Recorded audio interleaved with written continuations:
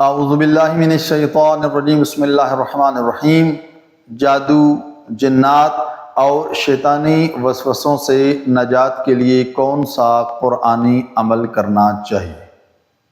دیکھیں، ہمارے معاشرے میں ایک بہت بڑا مسئلہ ہے کہ جب بھی ہمیں کوئی پریشانی لاحق ہوتی ہے تو ہم یہی سمجھتے ہیں کہ شاید کسی نے ہمارے اوپر جادو کر دیا ہے، کسی نے کوئی ٹونا کر دیا ہمارے اوپر، یا ہم یہی لوگوں کے اوپر اس چیز کا الزام لگاتے ہیں۔ حالانکہ دیکھا جائے تو کچھ ہماری اپنے ایسی کارستانیاں ہوتی ہیں، ہمارے کام ایسے ہوتے ہیں کہ جن کی وجہ سے ہمیں ان چیزوں کا سامنا کرنا پڑتا ہے۔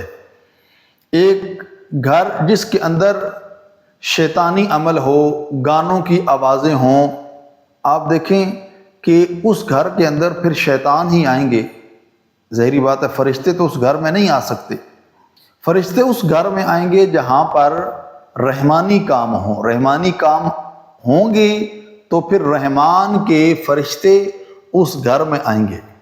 تو جادو اور ٹونا اور اس قسم کے جو شیطانی وسوسے ہیں، ان کو دور کرنے کے لیے جو ایک مجرب عمل بتایا گیا ہے، قرآنی عمل، وہ یہ ہے کہ سورہ بقرہ کی تلاوت کی جائے۔ سورہ بقرہ جو کہ قرآن مجید کی سب سے بڑی سورہ ہے، تقریباً 3.5 پاروں پر محیط ہے یہ، اور ضروری نہیں ہے کہ آپ پوری کی پوری سورہ کی تلاوت کریں۔